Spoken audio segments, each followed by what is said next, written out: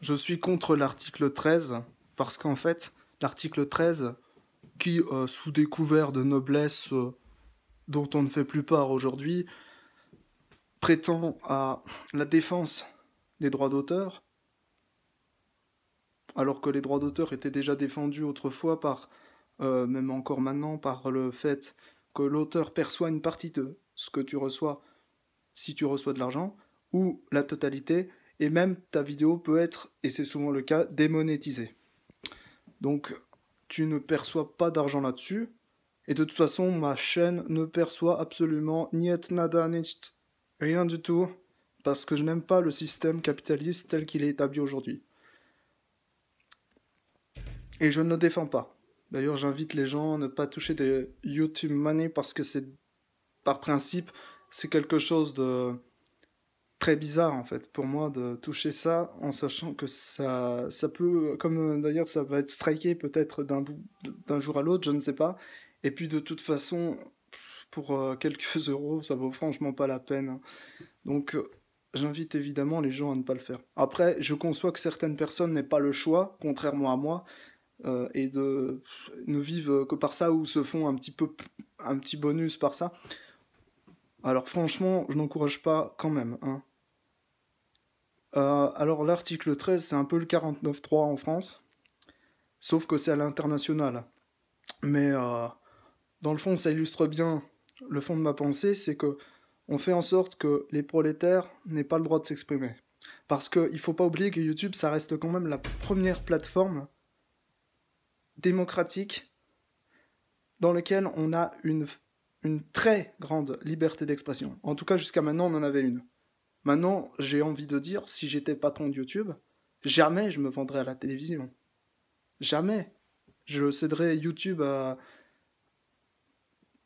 Pour moi, YouTube, c'est comme les Gilets jaunes, en fait. C'est un mouvement, il y a de tout. Il y a des salafis, il y a des extrémistes de tous bords, il y a des athées. C'est la vie telle qu'elle est, quoi. Alors après, qu'on fasse une modération, je suis d'accord, mais qu'on interdit strictement tout propos, y compris de dire, par exemple, moi, je m'appelle Thomas, parce que je n'ai pas le droit, parce que à un moment donné, Thomas, c'est aussi une marque de couteau. Donc je n'ai pas le droit de m'exprimer. Voilà. Enfin, c'est ce qui va arriver si jamais on arrive à ces extrémités, parce que de plus en plus, c'est ce qui se passe. Alors moi, j'aimerais bien faire pression, parce que moi, je suis solidaire de tout cœur avec ces YouTube monnayeurs qui n'ont que ça à faire, si tu veux. Parce que de toute façon, et je tiens à le préciser, en l'occurrence en France, Emmanuel Macron, qui a déjà pas plus la cote qu'un François Hollande ou qu'un Manuel Valls, il va se faire striker lui aussi.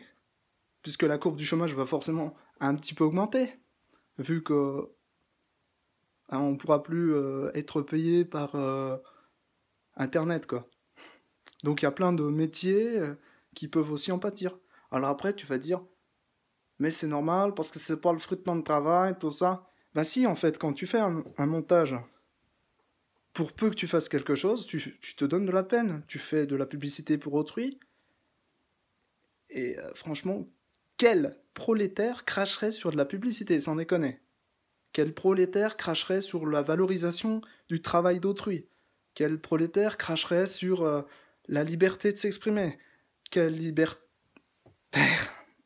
quel prolétaire, c'est pareil, cracherait sur la déprivatisation des sociétés, c'est-à-dire l'accessibilité de ce qui est légitime, de ce qui est naturel et surtout de ce qui est essentiel dans la vie, à tous. C'est-à-dire, par exemple, tout ce qui vole dans l'air, pour moi, ça devrait être gratuit. La musique, l'oxygène, parce qu'il ne faut pas oublier que ces grandes sociétés qui polluent, hein, ouvertement, eh ben, elles en ont rien à foutre que tu puisses pas respirer l'oxygène. En gros. Ben non. On pollue toujours plus. À un moment donné, on va te faire payer l'oxygène.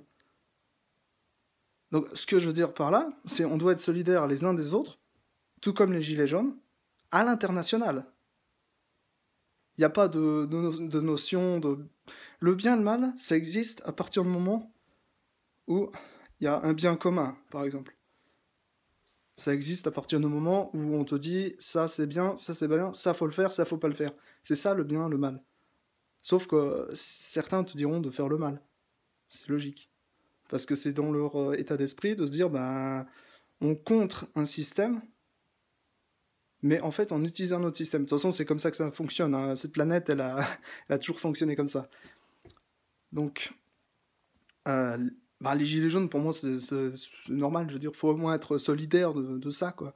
Et puis, en ce qui concerne la liberté d'expression, parce que YouTube, pour moi, je suis venu sur YouTube pour des valeurs démocratiques et pour des valeurs spirituelles, pas pour des valeurs de monétisation, et encore moins pour des valeurs de déprolétarisation du système. Pour moi, si les prolétaires n'ont pas la liberté de s'exprimer, parce que YouTube a cette supériorité par rapport à la télé, c'est qu'on peut s'exprimer. Même les gens peuvent commenter.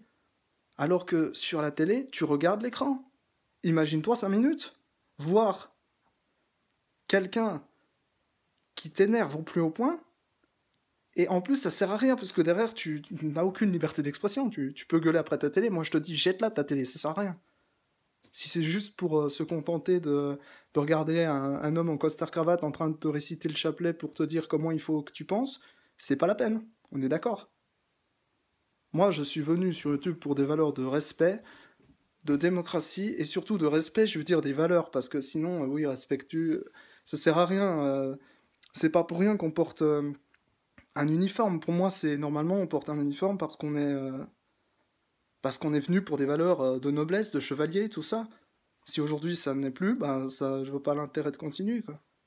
Alors, du coup, moi, ce que je dis, parce que de toute façon, comme la fable du corbeau et du renard l'exprime tout à fait bien, d'ailleurs, Jean de La Fontaine aussi, pareil, Molière, les Voltaire, intéressez-vous à leur histoire si c'est pas déjà fait, parce que franchement, ce sont des Français très intéressants, qui ont tous fini en Suisse, hein. Mais, grosso modo, qui étaient contre le mouvement établi, alors bon, et qui s'en sont pris plein la gueule pour leurs idées, quoi. Alors que leurs idées étaient tout à fait des idées de bien, hein. Enfin, en tout cas, pour certains d'entre eux, c'est sûr, et puis voilà, donc la liberté d'expression, enfin, c'est surtout la liberté des peuples, quoi. La liberté des communautés, de s'exprimer. Et puis arrêter aussi de dire, parce que, enfin, de toujours tout ramener aux communautés, et puis derrière, les autres, c'est Dieu, quoi, c'est le bien, c'est parfait, ils ont jamais rien à se reprocher, comme par hasard, bah dis-moi un truc sur lequel tu peux te reprocher quelque chose, hein, franchement. Arrêtez de jouer les hypocrites. Et c'est pour ça que la liberté d'expression, c'est très important, c'est pour ça que l'article 13, euh, bah je suis contre, c'est normal. Je veux dire, si on te demande, comme bah, d'ailleurs les gilets jaunes, hein, si on te demande est-ce que tu es pour l'augmentation de la taxe sur je sais pas quoi, les gens diront non. Par contre, moi je paye la CSG et je considère ça comme normal de payer des impôts. Par contre, pas comme en France. Mais de payer quelque chose pour contribuer à la société, pour que chacun puisse avoir, et les plus pauvres puissent avoir, et les plus faibles, avoir accès aux soins, je trouve ça normal. Je sais pas pour vous, mais pour moi, le monde moderne, c'est on devrait pouvoir discuter sans se tuer, quoi. Donc voilà, l'article 13, c'est vraiment, pour moi, une saloperie de la pire espèce. Il faut rien céder, et il faut toujours... Enfin, il faut toujours aller plus loin, quoi, en gros, si... aller plus loin dans la démocratie, dans le respect d'autrui, et surtout dans le respect d'autrui quand, ben, je sais pas, la valorisation des autres.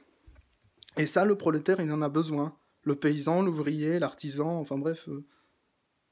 Après, je sais qu'il y a des gens qui font semblant de défendre le prolétariat, puis qui derrière s'en contrefichent.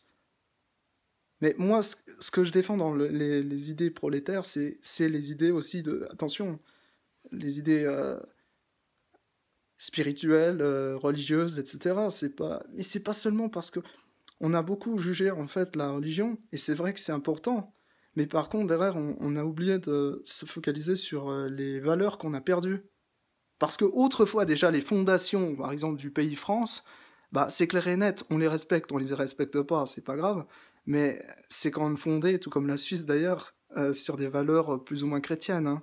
Enfin, je dis plus ou moins, c'est un peu hypocrite, parce qu'en fait, alors chrétienne, catholique, romaine, on est d'accord, mais quand même, il y a quand même une notion de valeur, de chevalier, tout ça. Si aujourd'hui, il n'y a plus ça, je sais pas, Voilà, quoi. Après, voilà, YouTube, c'est pour moi, c'est la démocratie, c'est la liberté, je sais pas, je vois pas pourquoi on condamnerait cette liberté, parce que condamner la liberté, c'est en fait, bah, pour moi, c'est une trahison, quoi. C'est-à-dire, je sais pas comment appeler ça autrement, parce que. Et puis on dit toujours, c'est parce que c'est bien. Attention, parce que l'autre, c'est un gros feignant, tout ça, il abuse, il utilise les droits d'auteur. Mais moi, personnellement, sur mes vidéos, j'ai des droits d'auteur, mais je m'en contrefous, bordel.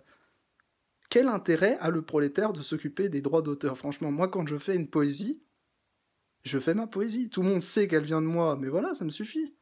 Je touche pas d'argent là-dessus, et je vois pas l'intérêt. Après, je conçois qu'il y en a certains qui, autant dans le montage, parce que ça, même le moindre montage, ça coûte du temps, de l'énergie, tout ça. Donc c'est normal, ils demandent de l'argent là-dessus. Mais autant, en fait, ça devrait être un arrangement entre l'auteur, dont le producteur touche les 90%, mais voilà, entre l'auteur et ce que j'allais dire, le, le, le publicitaire, quoi. Parce qu'en fait, en faisant des vidéos sur des musiques, pour moi, c'est faire un peu l'apologie de la musique, hein, c'est faire de la publicité, des arts et de la culture. Pour moi, il y a aucun vol, hein, tout ce qui est dans l'air est gratuit, doit être gratuit, parce qu'à un moment donné, on va te faire payer l'oxygène. Hein. Or, la musique, je rappelle que ça circule dans l'air. Et je rappelle qu'au temps des rois, quand le roi faisait inviter des ménestrels et tout, ben, c'est lui qui payait. Mais c'est bien, je trouve ça bien, c'est patriarcal, quoi. T'sais. Le plus riche paye pour les autres, c'est normal. Je sais pas. Dans les communautés, c'est comme ça que ça fonctionne, et c'est comme ça que ça doit fonctionner. Hein. Donc voilà, je suis pour alors, la liberté d'expression exprimée sans insulte, etc., sans attaque personnelle. Après, évidemment, c'est sûr que pour les grands de ce monde, ils s'en prennent plein la gueule, mais c'est normal, un peu. Non, je sais, c'est peut-être pas forcément gentil, mais eux ont agressé nos communautés, eux ont agressé nos frères, eux ont agressé nos peuples, eux ont agressé tout le monde, ils ont agressé le peuple. Il faut quand même qu'ils le reconnaissent. Ne jugez que par la valeur monétaire, ce n'est pas un jugement de valeur.